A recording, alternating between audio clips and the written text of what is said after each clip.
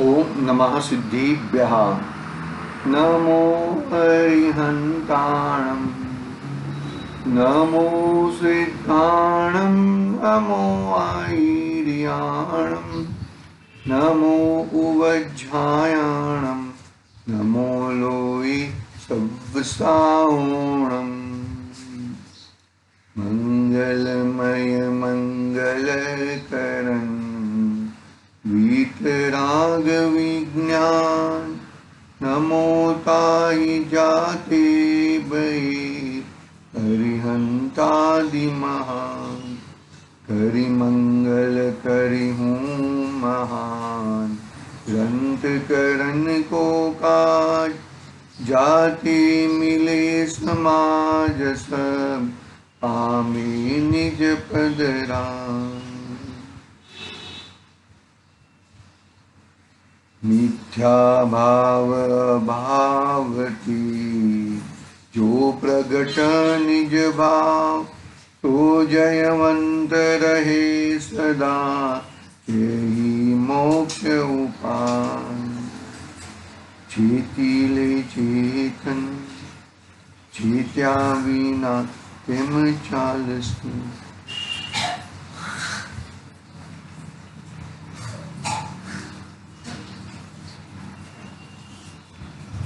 मोक्ष मार्ग प्रकाशक आचार्य कल्प पंडित प्रवटोलन जी साहब द्वारा रचित ये मोक्ष मार्ग प्रकाशक हैं।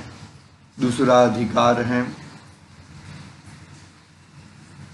दूसरा अधिकार में संसार अवस्था का स्वरूप, संसार अवस्था कैसी बनी रहती है उसका स्वरूप बताते हैं पंडित जी।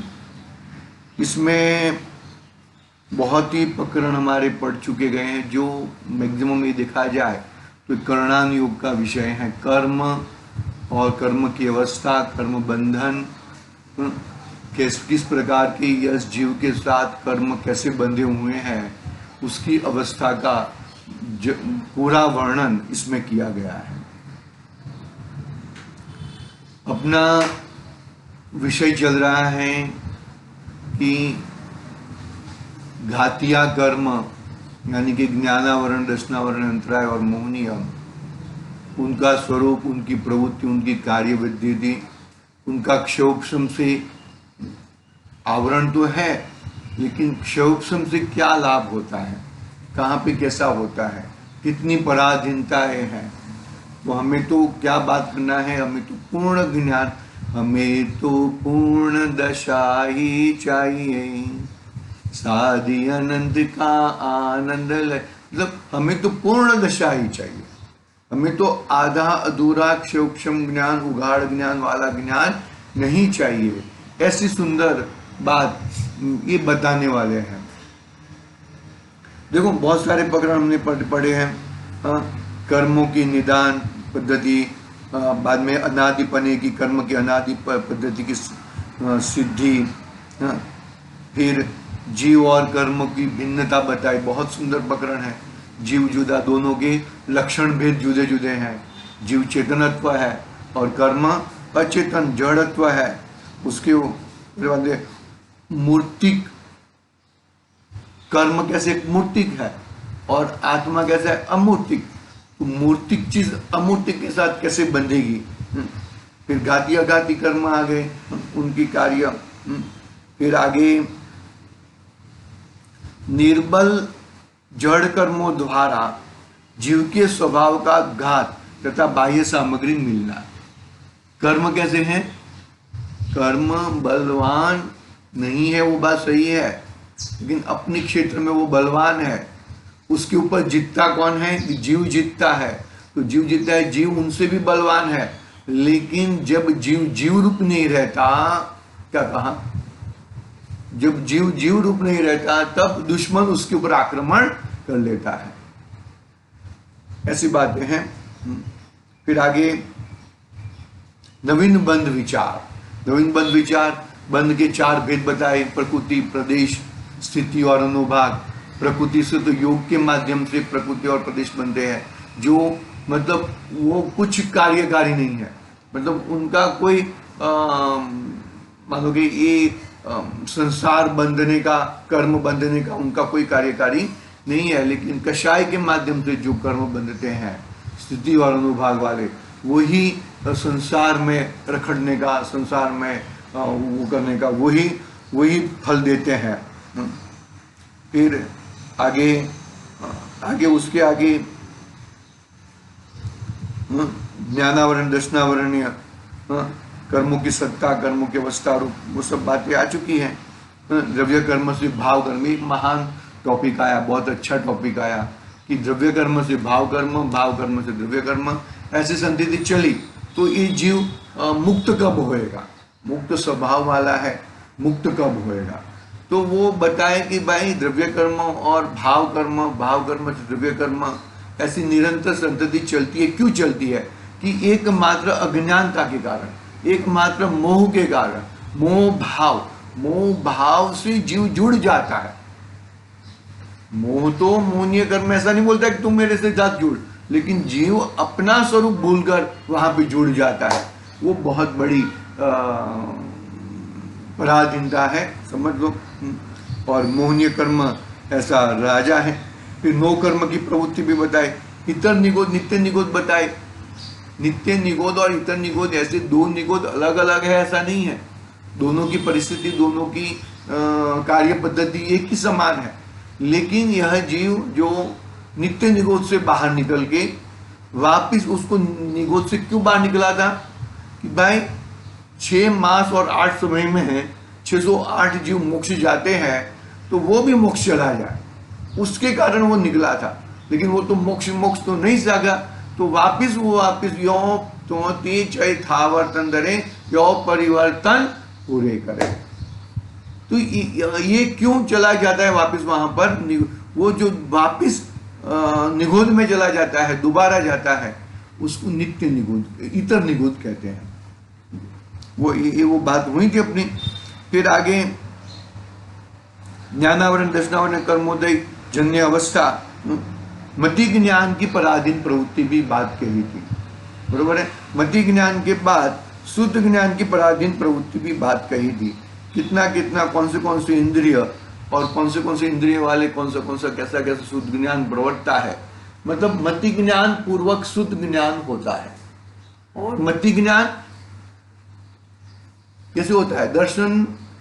दर्शनावरणीय कर्म क्षोक्षम के बाद मति ज्ञान होता है, और मति ज्ञान पूर्वक शुद्ध ज्ञान होता है। वो ज्ञानावरण का क्षोक्षम होता है, और यहाँ पे दर्शनावरण का क्षोक्षम। तो अपनी बात अभी अवधि ज्ञान, मन, प्रिय ज्ञान, केवल ज्ञान की प्रवृत्ति भी बात हुई थी। अभी अपने को चक्षु अचक्षु अवधि और केवल दर्शन की प्रवृत्ति की बात करनी। मन दर्शन नहीं होता, मन पर्याय ज्ञान वो मन के माध्यम से होता है। तो मन के माध्यम से वो यहाँ पर दर्शनावरण में नहीं आएगा।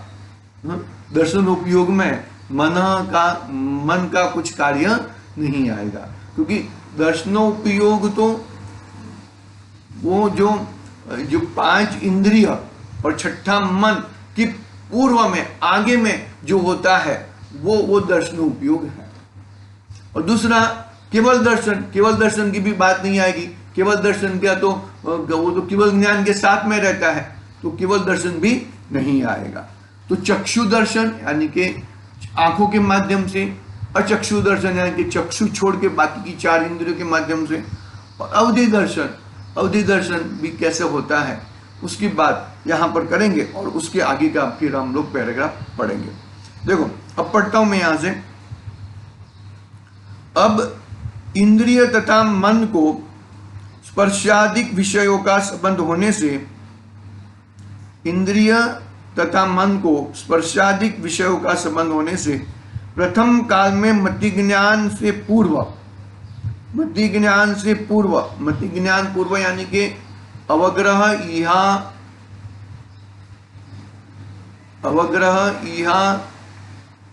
क्या चौथा कौन सा है? अवग्रह, अवग्रह, अवाय, इहा और धारणा। तो धारणा के पूर्व में इहा यहाँ के पूर्व में अवाय, अवाय के पूर्व में अवग्रह, थोड़ा आगे पीछे हो तो देख लेना जरा।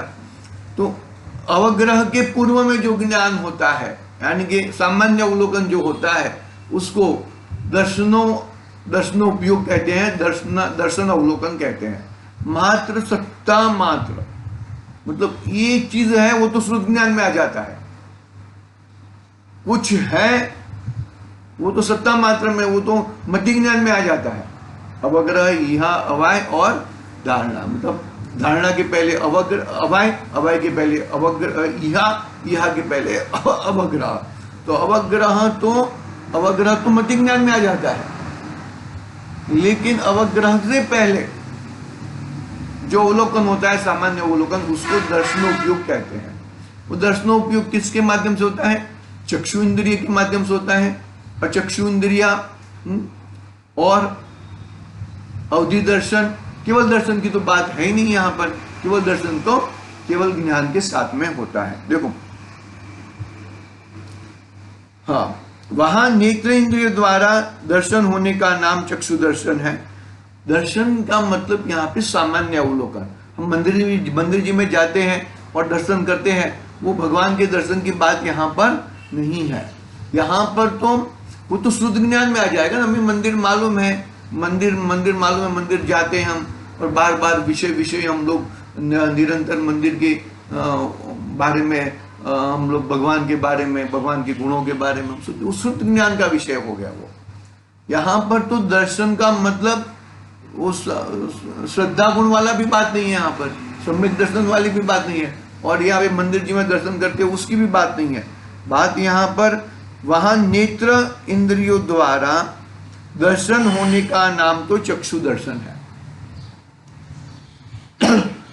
वह तो चौ इंद्रिय पंचेंद्रिय जीवों को ही होता है। चार इंद्रिय में चक्षु इंद्रिय है ना, चार इंद्रिय और पंचेंद्रिय में ही वो चक्षु इंद्रिया होती है। बाकी की तीन इंद्रियों में तो चक्षु इंद्रिया है ही नहीं। जो जहां पे स्पर्शन, रसना और घ्राण है, वहां पर बाद में चौथी इंद्रिय की फैसिलिटी चतुर्थ इंद्रिय यानी कि चक्षु इंद्रिय की चार गति नहीं, चतुर्थ जो है ना, वो चार इंद्रिय वाले जीव को चक्षु इंद्रिय होती है। और पंचेंद्रिय में तो चक्षु और कर्ण इंद्रिय, संज्ञी पंचेंद्रिय, असंज्ञी पंचेंद्रिय, तो वो चार इंद्रिय और पंचेंद्रिय को ही होती है चक्षु इंद्रिय। इसके अलावा बाकी की तीन इंद्रियां भी है ना जीव, स्पर्शन, रसना, घ्राण और कर्ण, तो उसके माध्यम से भी देखो, तथा स्पर्शन, रसना, घ्राण और श्रोत यानी कर्ण इंद्रिय, इन चार इंद्रियों और मन द्वारा जो दर्शन होता है उसका नाम अचक्षु दर्शन है। वह यथा योग्य एक इंद्रिय जीवों को होता है। एक इंद्रिय आदि जीवों को होता है। एक इंद्रिय, दो इंद्रिय, तीन इंद्रिय, चार इंद्रिय, पंचेंद्रिय, संज्ञी असंज्ञी पंचेंद्रिय जीवों को होता है, सभी को होता है। वो मन तो संज्ञी पंचेंद्रिय जीव को ही होएगा, असंज्ञी तंग तो मन भी नहीं है। फिर आगे अवधि दर्शन। अब अवधि के विषय संबंध होने पर अवधि के पूर्व में जो सत्ता मात्र अवलोकन रूप प्रतिभास होता है वो अवधि दर्शन है। यह जिनके अवधि ज्ञान संभव है उनको होता है।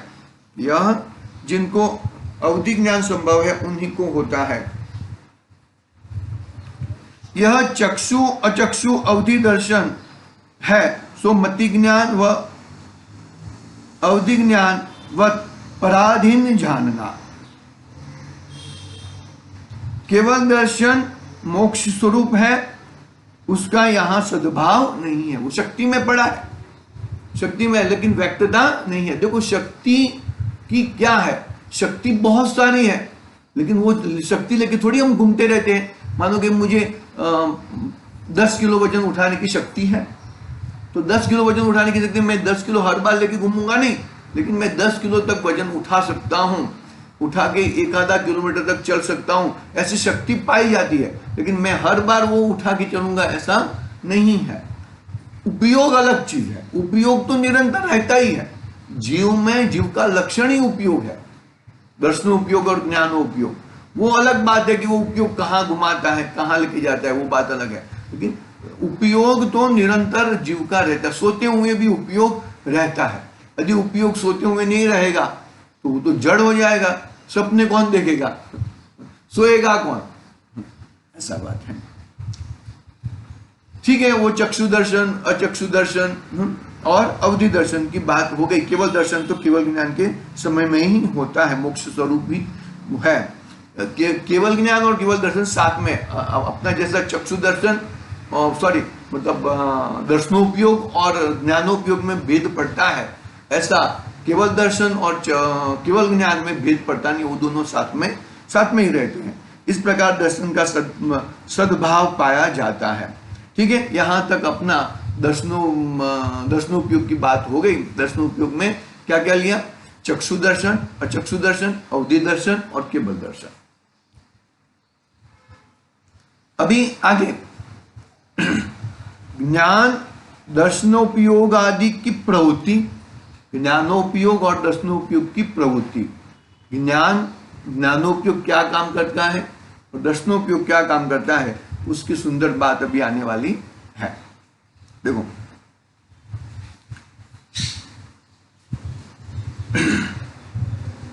इस प्रकार ज्ञान दर्शन का सद्भाव ज्ञानावरण दर्शनावरण के क्षयोपशम से अनुसार होता है। अब थोड़ा होता है तब ज्ञान दर्शन की शक्ति थोड़ी होती है, जब बहुत होता है तब बहुत होती है, तथा क्षयोपशम से शक्ति तो ऐसी बनी रहती है, परंतु परिणमन द्वारा एक जीव को एक काल में एक विषय का ही देखना और जानना होता है। इस परिणमन ही का नाम उपयोग है। वहां एक जीव को एक काल में या तो ज्ञानोपयोग होता है या दर्शनोपयोग होता है, तथा एक उपयोग के भी एक भेद की प्रवृत्ति होती है। जैसे मति ज्ञान हो तब अन्य ज्ञान नहीं होता, और तथा एक भेद में भी एक विषय की प्रवृत्ति होती है। जैसे स्पर्शन का जानता हो तब रसादिक का नहीं जानता, तथा एक विषय में भी उसके एक अंग को ही प्रवृत्ति होती है। जैसे उष्ण को उष्ण स्पर्श को जानता है तब वृक्षादि को नहीं जानता। बहुत सुंदर बात कह दी एक पैराग्राफ में। पूरे कितनी मति ज्ञान की पराधीनता है, दर्शनोपयोग ज्ञानोपयोग जो संसारी जीवों को है, कितनी पराधीनता है, कितना वो है, वो देखते हैं। जानने की शक्ति फुल है, लेकिन उपयोग है ना, उपयोग इतना, ऐसा उपयोग भी बहुत है, लेकिन ये जो इंद्रिया के माध्यम से जो होता है उसके लिए गड़बड़ होता है इंद्रियों के माध्यम, क्योंकि ज्ञानोपयोग और ज्ञानोपयोग केवल ज्ञान पे लेके चला जाएगा, वही ज्ञानोपयोग अवधि ज्ञान और मन परिज्ञान पे तक जाएगा, बरोबर है। लेकिन यहाँ पर मति ज्ञान और शुद्ध ज्ञान की कितनी पराधीनता है, किस तरह से एक साथ में पांचों इंद्रियों है, पांचों इंद्रियों का भोगवटा एक साथ में हो रहा है, लग रहा है उसे, लेकिन एक साथ में उसका जानना नहीं हो सकता, अलग ही जान सकता है। देखो वो बात हो गई है। आगे समझ में आया ना। देखो क्या क्या विषय लिया, देखो इस प्रकार ज्ञान दर्शन का सद्भाव ज्ञानावरण दर्शनावरण के क्षयोपशम अनुसार होता है। जब थोड़ा क्षयोपशम होता है तब ज्ञान दर्शन की थोड़ी शक्ति होती है, बहुत उपयोग होता है तो बहुत शक्ति होती है, ठीक है। तथा क्षयोपशम से शक्ति तो ऐसी बनी रहती है, क्षयोपशम से तो शक्ति, परंतु परिणमन द्वारा एक जीव को एक काल में एक ही विषय का देखना जानना होता है। इस परिणमन का ही नाम उपयोग है। वहां एक जीव को एक काल में या तो ज्ञानोपयोग होता है या दर्शनोपयोग होता है, तथा एक उपयोग के भी एक भेद की प्रवृत्ति को ही देख होती है।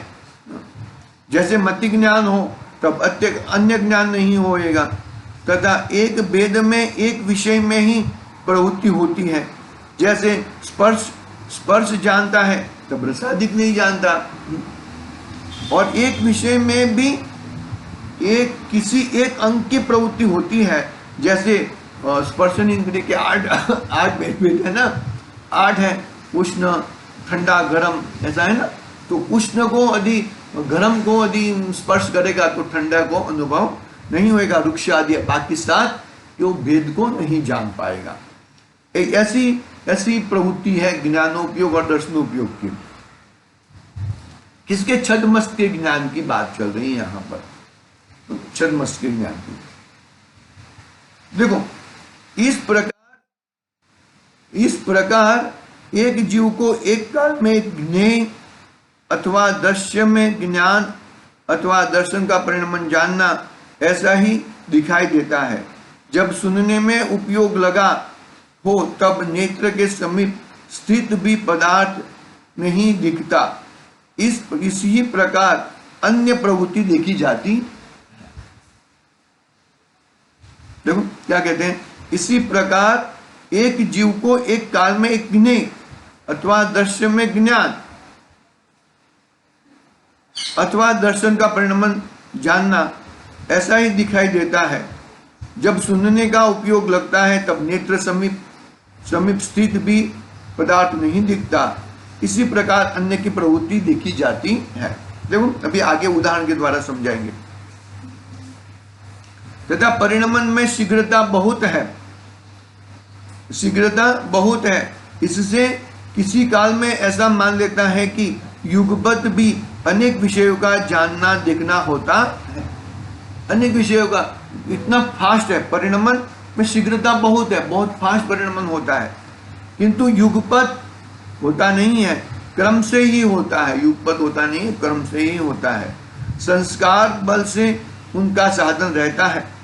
जैसे कौवे के नेत्र के 2 गोलक है, पुतली एक है, कीकी एक है, वह फिरती शीघ्र है, इससे दोनों गोलकों का साधन करती है। इसी प्रकार इस जीव के द्वार तो अनेक है, लेकिन उपयोग एक है, वह फिरता शीघ्र है, उससे सर्व द्वारों का स्वाधन रहता है। इस तरह की बात कही, बहुत मतलब ये सब जानी हुई बात है, सब हम उसके बारे में जानते हैं। फिर अभी एक प्रश्न खड़ा किया, बहुत सुंदर प्रश्न है पंडित जी साहब का, तो प्रश्न जबरदस्ती रहता है। देखो यहां काल के विषय में, यहां काल के एक विषय में जानना अथवा देखना होता है, तो इतना ही क्षोक्षम हुआ तो कहो, बहुत क्यों कहते हो? एक काल में एक ही विषय को जानना देखना हुआ तो भी इतना ही क्षयोक्षम कहो ना, बहुत क्यों कहते हो? और तुम कहते हो कि क्षयोक्षम से शक्ति होती है, तो शक्ति तो आत्मा में केवल ज्ञान दर्शन की भी, केवल ज्ञान और दर्शन की भी पाई जाती है, तो उसका क्या? प्रश्न समझ में आया कि नहीं आया? क्या कहते हैं कि तुम्हारा एक समय में इतना ही जानना देखना होता है, तो इतना ही क्षयोक्षम कहो, बहुत क्यों कहते हो? एक बात। दूसरा, तुम कहते हो कि क्षयोक्षम से शक्ति होती है, तुम कहते हो कि क्षयोक्षम से शक्ति होती है, तो शक्ति तो आत्मा में केवल ज्ञान और केवल दर्शन की भी पाई जाती है, तो उसकी क्यों यहाँ पर दिखता नहीं है? शक्ति अलग है और उपयोग अलग है, पहले ही कह दिया हमने। शक्ति तो रह सकती है, लेकिन उसकी व्यक्तता उपयोग में होती है, तो उपयोग उस तरफ का नहीं है, छद्मस का उपयोग है। ज्ञानोपयोग दर्शनोपयोग अवलंबन के द्वारा ऐसा ही किया जाएगा। बरोबर समझ में आ रहा है कि नहीं आ रहा है बात? देखो समाधान, जैसे किसी पुरुष को बहुत ग्राम यानी कि गांव ग्राम में गमन करने की शक्ति है तथा उसे किसी ने रोका और यह कहा कि 5 गांव में जाओ, परंतु एक दिन में एक गांव में जाओ, वहां उस पुरुष के बहुत गांव जाने की शक्ति तो द्रव्य अपेक्षाएं पाई जाती हैं। अन्य काल में सामर्थ्य हो, परंतु वर्तमान में सामर्थ्य रूप नहीं है। क्या बात कहा? तो कोई एक व्यक्ति है, वो तो बहुत गांव में जा सकता है, गाड़ी है, जो भी है सब उसके पास साधन है, तो वो जा सकता है। तो वो क्या कहा कि भाई तुम बहुत गांव में नहीं जाओगे, तुम 5 गांव में जाओगे और एक दिन में एक ही गांव में जाओगे। किसी ने रोका, किसने कहा कि भाई ये अल्प ज्ञान ने, उगाड़ ज्ञान ने, वे इतना ही कर सकते हो, इतना ज्यादा कर सकते नहीं हो। बस में ये पढ़ लेता हूँ, ये आंसर, ये समाधान पढ़ लेता हूँ पंडित जी का, फिर आगे का प्रश्न, आगे का जो है वो कल पढ़ेंगे। देखो बहुत सुंदर विषय दिया है यहाँ पर, ये विषय पूरा कर देते हैं। जैसे किस पुरुष में बहुत गमन करने की शक्ति है, लेकिन उसे किसी ने रोका और यह कहा कि 5 गांव में जाओ, परंतु एक दिन में एक ही गांव में जाओ, वहां उस पुरुष तो बहुत गांव जाने की शक्ति पाई जाती है।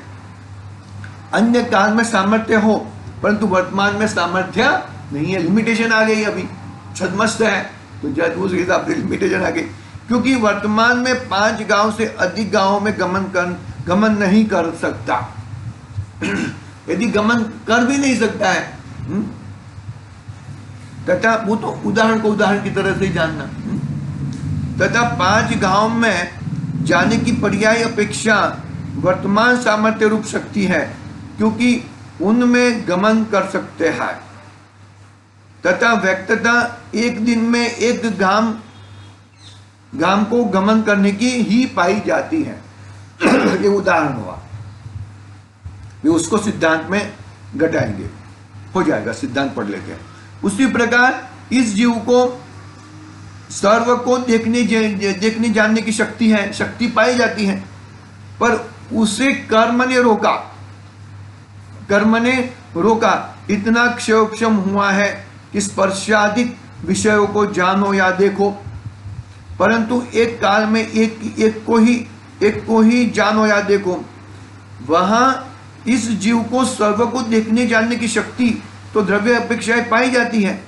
अन्य काल में सामर्थ्य हो, परंतु वर्तमान सामर्थ्य रूप नहीं है। कितना हुबहू दृष्टांत और हुबहू सिद्धांत, ये शैली टोडरमल साहब की बहुत जबरदस्त है।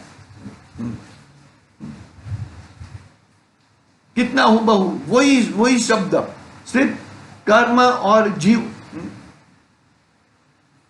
लिख दिया और वहां पर धाम और गमन करने की शक्ति जीव वो बता दी। मतलब कितनी सुंदर व्यवस्था, कितना विचार शक्ति होएगा, कितनी याद स्मरण शक्ति होएगी, वो गजब की बात है।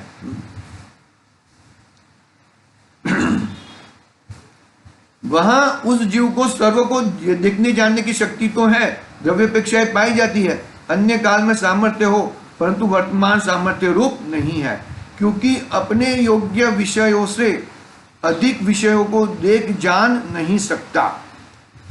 अपने क्या हुआ, कर्म की ऐसी है व्यवस्था, क्योंकि अपने योग्य विषयों से अधिक विषयों को देख जान नहीं सकता, तथा अपने योग्य विषयों को देखने जानने की पर्याय अपेक्षाएं वर्तमान सामर्थ्य रूप शक्ति है, क्योंकि उन्हें देख जान सकता है, तथा व्यक्तता एक काल में एक ही को देखने या जानने की पाई जाती है। ठीक है, ये बात हो गई है मोस्टली, वो दृष्टांत के सिद्धांत की ओर हम आ गए हैं, वो बात हो गई है। आगे की बात और एक आगे प्रश्न खड़ा किया है, वो पढ़ेंगे आज के लिए। ओम नमः सिद्धिभ्यः। जावाणी के ज्ञान से सूझे लोकालो, सोवाणी मस्तक नमो सदा देत हूँ डोल।